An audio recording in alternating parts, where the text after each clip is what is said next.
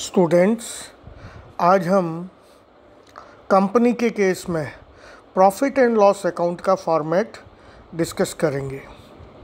ये फॉर्मेट मैंने पिछले लेक्चर में आपको सेंड किया था। अब उसके वन बाय वन जो आइटम्स है P&L अकाउंट में, उनको हम डिस्कस करेंगे।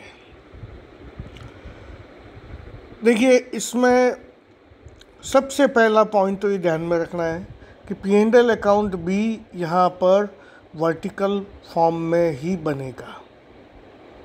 जैसे बैलेंस शीट वर्टिकल फॉर्म में बनती थी, P&L अकाउंट भी वर्टिकल फॉर्म में ही बनेगा। और इसमें ये ध्यान रखना, जैसे कि सोल प्रोप्राइटरशिप और पार्टनरशिप के केस में होता था कि ट्रेडिंग अकाउंट, P&L अकाउंट अलग अलग पार्ट होते थे, जिसमें ग्रॉस प्रॉफिट, नेट प्रॉफिट ये सब निकलता था। कंपनी के केस में ऐसा कुछ नहीं होता है। कंपनी के केस में डायरेक्टली आपको प्रॉफिट एंड लॉस अकाउंट बनाना है और उसमें सीधा नेट प्रॉफिट कैलकुलेट होगा। अब इसमें देखिए, सबसे पहला आइटम जो है रेवेन्यू फ्रॉम ऑपरेशंस।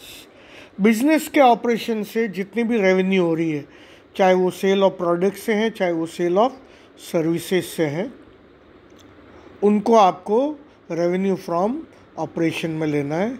और उसमें से यदि कोई एक्साइज ड्यूटी है तो उसको लेस कर देंगे, तो नेट रेवेन्यू फ्रॉम ऑपरेशन आ जाएगा। फिर सेकंड आइटम है अदर इनकम। देखिए, बिजनेस के नॉर्मल ऑपरेशंस के अलावा भी कुछ इनकम होती है व्यवसाय में, जैसे इंटरेस्ट इनकम है या अदर फाइनेंशियल सर्विसेज से रेवेन्यू है, तो वो इसके अंदर आएगी।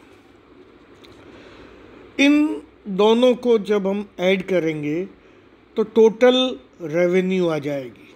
Means item number 1 + 2 = 3, that is total revenue. तो ये तो रेवेन्यू साइड हो गई। अब नेक्स्ट है एक्सपेंसेस। एक्सपेंसेस में सबसे पहले कॉस्ट ऑफ मटेरियल कंज्यूम्ड, फिर purchase of stock in trade, changes in inventories. इसमें इन्वेंट्री तीनों तरह की लेंगे हम, ये ध्यान रखें, finish goods, work in progress and stock in trade. इसके अलावा एम्प्लॉयज़ वेलफेयर के लिए, बेनिफिट के लिए जितने भी एक्सपेंसेस है वो सब आएंगे। फाइनेंस कॉस्ट, फाइनेंस कॉस्ट में मेनली इंटरेस्ट एक्सपेंस या अदर बोरोइंग कॉस्ट जो भी है वो आती है। फिर डेप्रिसिएशन एंड अमोर्टाइजेशन एक्सपेंसेस, और लास्ट है अदर एक्सपेंसेस। जो एक्सपेंसेस ऊपर वाले आइटम में नहीं आए वो अदर एक्सपेंसेस हेडिंग में आ जाएंगे, और इनकी टोटल होगी टोटल एक्सपेंसेस। अब ऊपर जो आपने टोटल रेवेन्यू कैलकुलेट की है, उसमें से ये टोटल एक्सपेंसेस आप सब्सट्रैक्ट करेंगे तो आएगा profit before exceptional and extra ordinary item and taxes.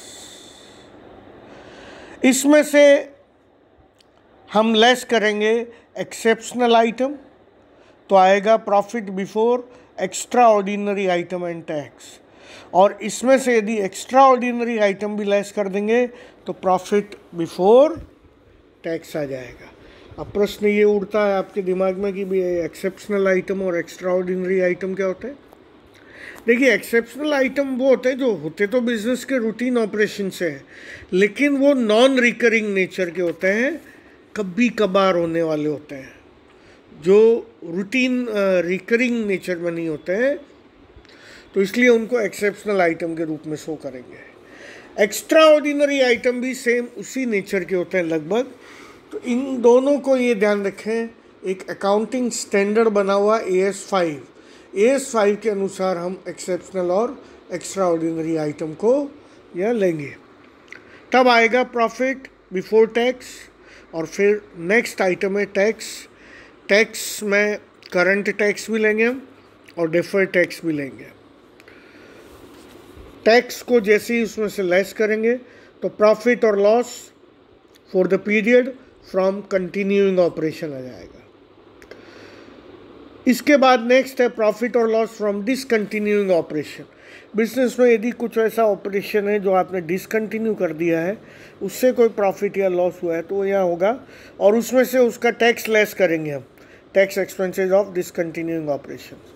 तो ये आ जाएगा प्रॉफिट और लॉस फ्रॉम डिसकंटिन्यूइंग ऑपरेशन।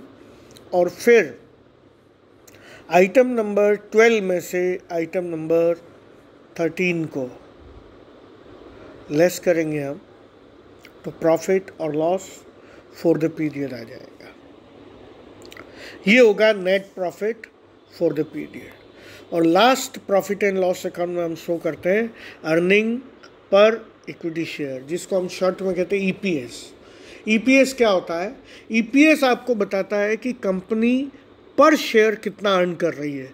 अब इसको कैलकुलेट कैसे करते हैं? उसके लिए सिंपल सा फार्मूला होता है, ये जो प्रॉफिट आफ्टर टैक्स आपने निकाला है उसको simply number of equity share से हम डिवाइड करेंगे, तो अर्निंग पर इक्विटी शेयर आ जाएगा।